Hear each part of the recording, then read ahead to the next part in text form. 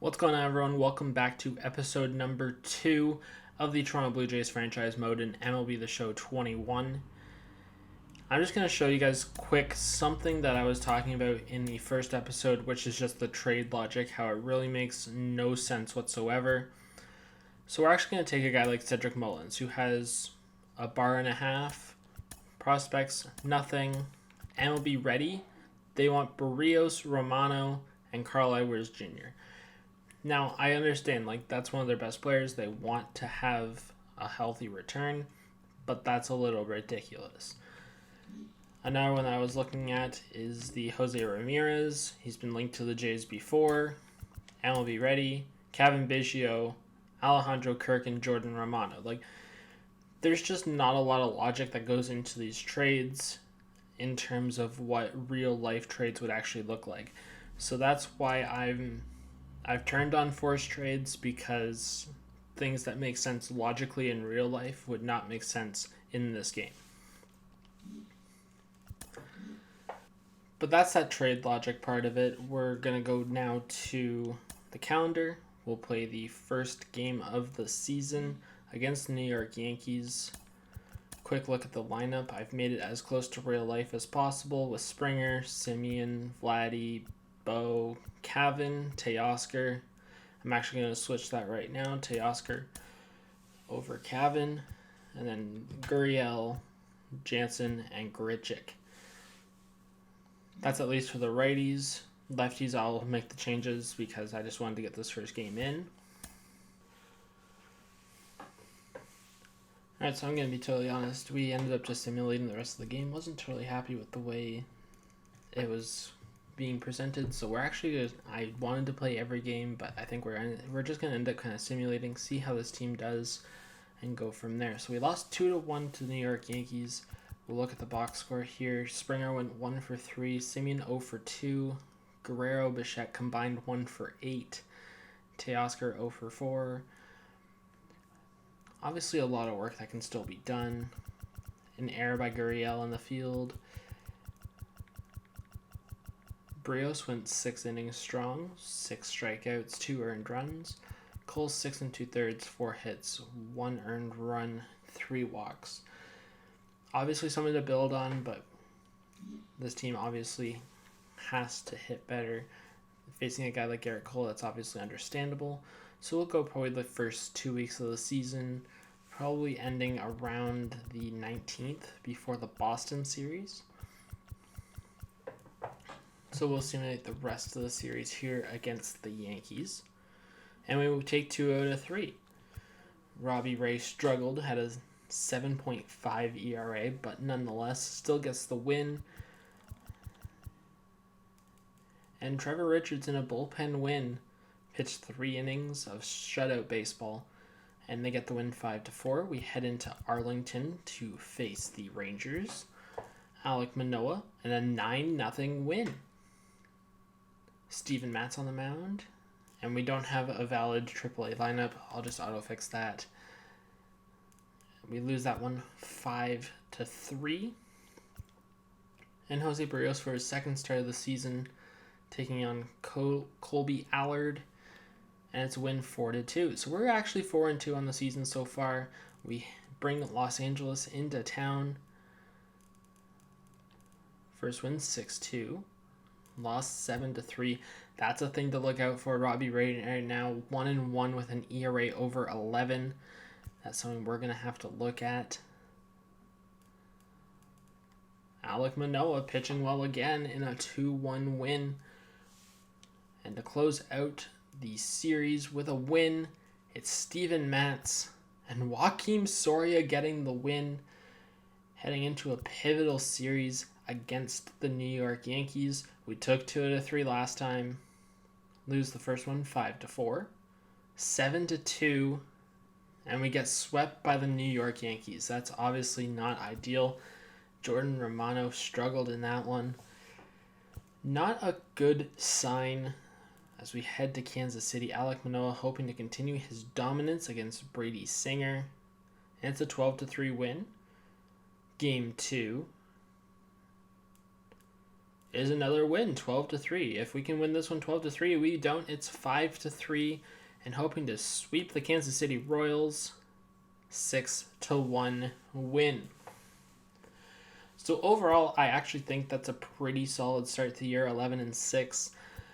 Obviously, we still have the pivotal 2-game series against Boston Red Sox, Tampa Bay Rays still.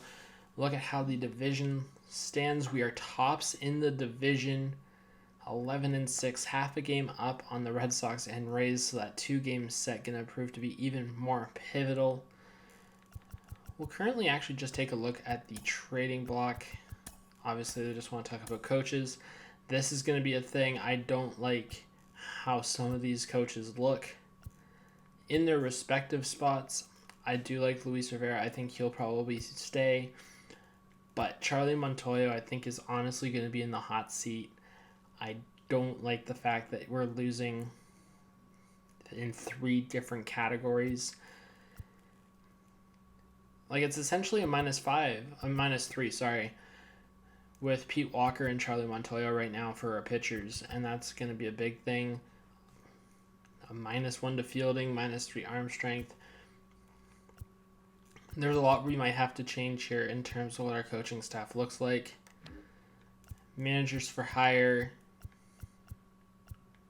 I mean, there can't be much worse. We could even probably promote from within. That could be something we obviously look at. Take a quick look at the lineups. Springer hitting .358 with 3 homers, 7 RBIs. Marcus Semien at .288. Vladdy at .314. I'd expect nothing less. Bo at .316. Teoscar struggling at .208. Would like that to be a little bit higher.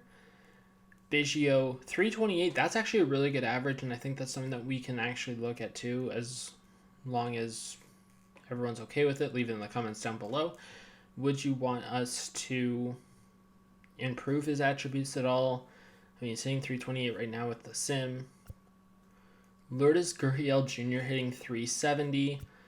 Danny Jansen, he's a catcher. I don't expect that much, but 176, would like that to be a little bit higher, especially since his counterpart Reese McGuire is hitting .409. But again, Reese McGuire is probably a guy I'm looking at trading at some point. Alejandro Kirk has not played at all, but he's also another one that you're probably looking at trading. And Randall Grichuk hitting .306 with 4 homers, 8 RBIs.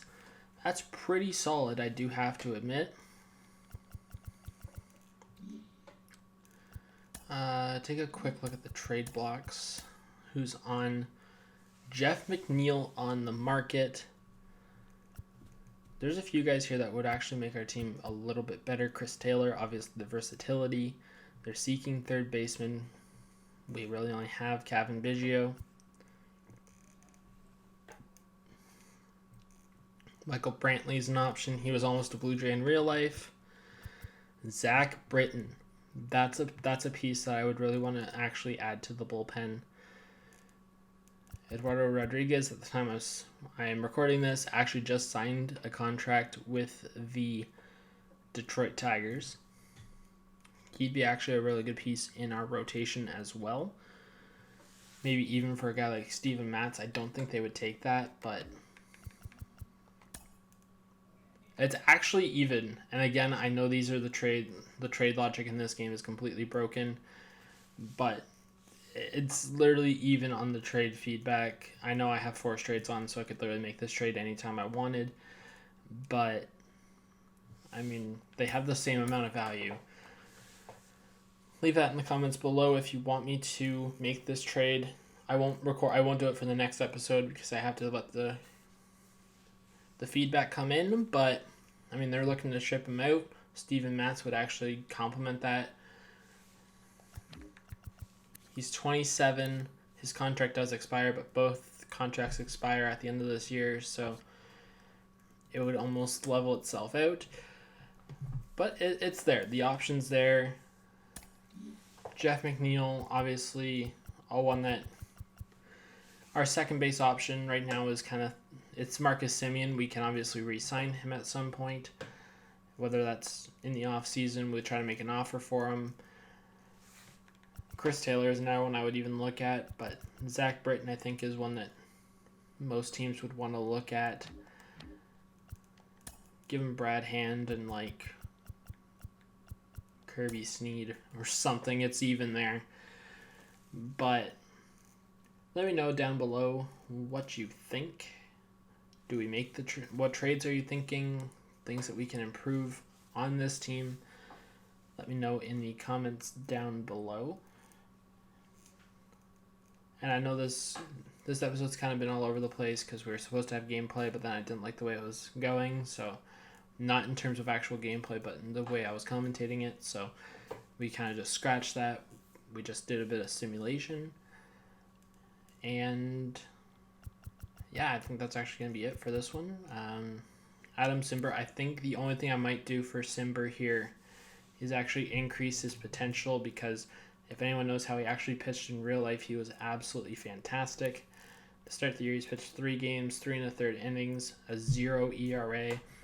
I think putting out a D potential is a little bit harsh. But yeah, I think that'll actually do it for this episode. Obviously, I would want to do this trade today, but we can always wait till the next episode or whenever. Thank you so much for watching. Peace out.